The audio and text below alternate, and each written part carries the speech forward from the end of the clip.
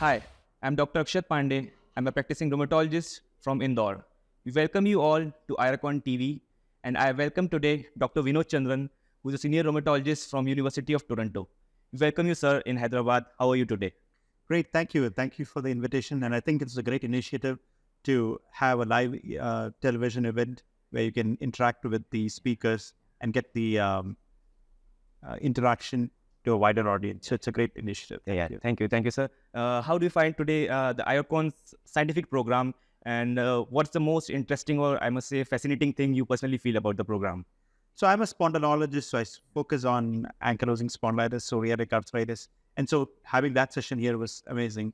But I was also browsing through all the other sessions that you have had today and even yesterday and tomorrow. Yeah. And the depth and the thoughtful agenda that you have created for this meeting was great. IRACON always has had a high standards, this one particularly so, and hopefully it'll be even better next year. Yeah.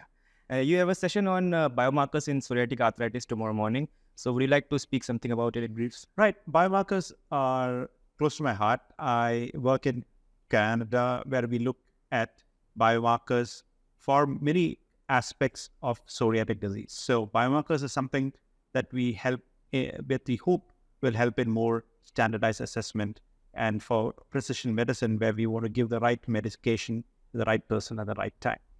Now, when you do biomarkers, obviously you need to see patients carefully, evaluate them carefully, and collect biosamples so that then you can do the analysis. For example, look at gene variants or RNA variants or protein variants.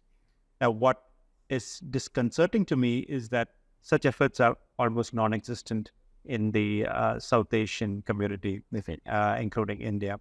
So 25% of the world population are South Asians, mostly in South Asia, but also all over the world. For example, in South Africa and in the Middle East, as well as the Caribbean and South America, of course, and countries like Canada and the UK and the USA.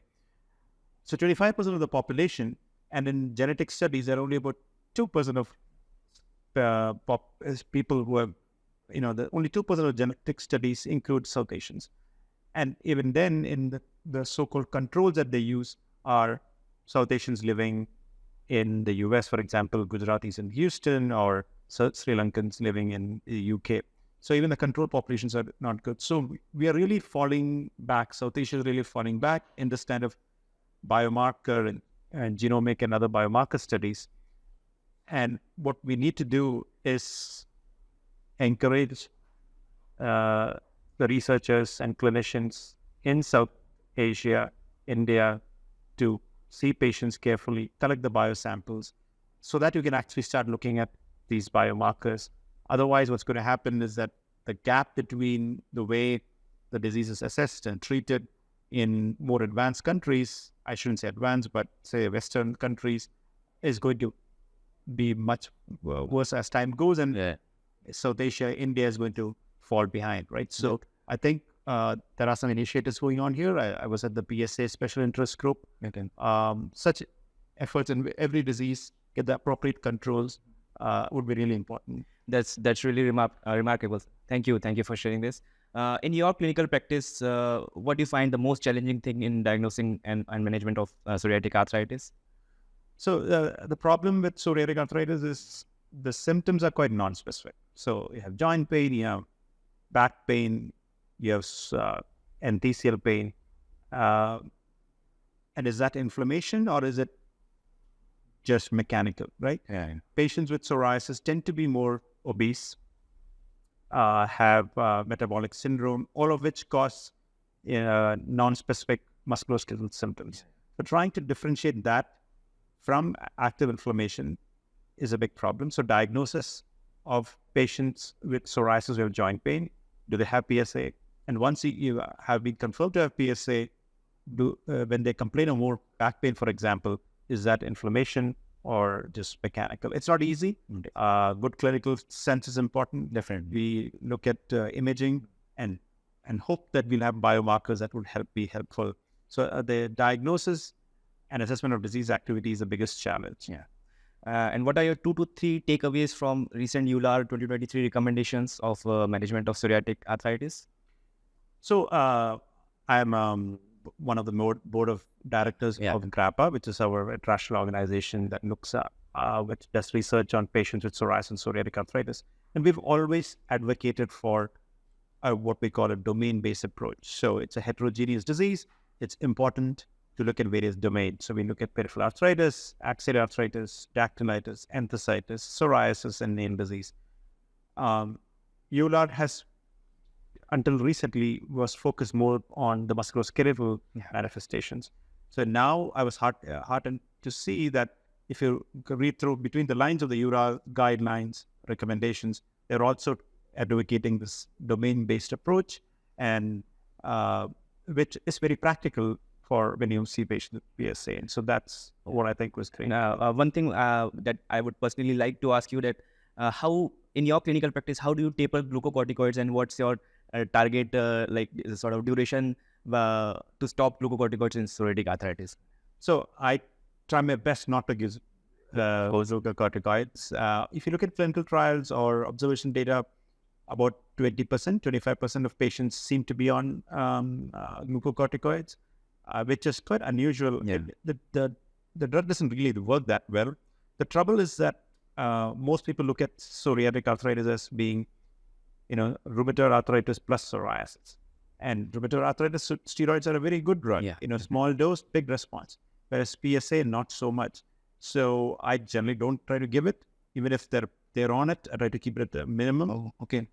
The problem is the steroid. Of course, patients with PSA have a lot more metabolic abnormalities compared to RA, and so that is made worse with corticosteroids. And then, although the skin disease might improve a little bit, there is a high risk of severe worsening of the psoriasis when you stop the steroids, especially when you stop it rapidly or stop it without having other DMARDs on board. So it's best to avoid. If they're on it, try to taper it as soon as possible,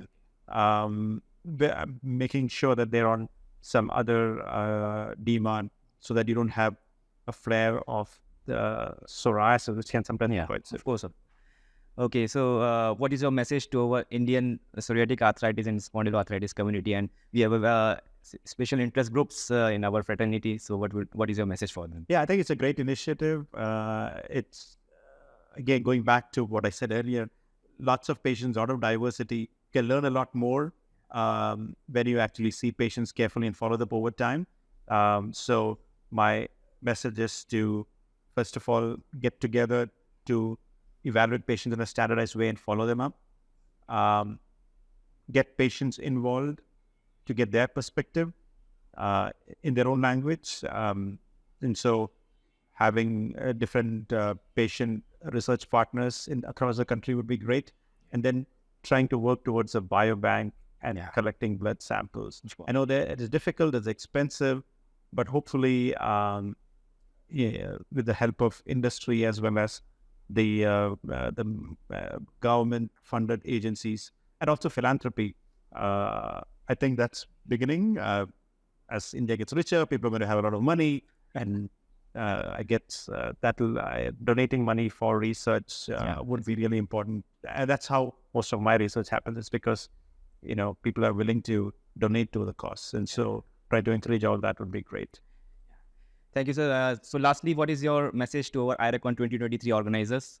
Great job. I think it's an exciting conference, great city. My first visit to Hyderabad. Okay. I'm originally from Kerala, by the way. So I've heard of Hyderabad, never been here. And I understand that it's transformed dramatically over the last 20 years and will go forward. And IRACON is a great place to be, and I'm looking forward to the next IRACON, which I think is in Bangalore. Next year. Okay, so thank you, sir, and thank you very much for your time, and thank you for coming here. Thank you, Akshat, for organizing this and having me. Thank you, sir.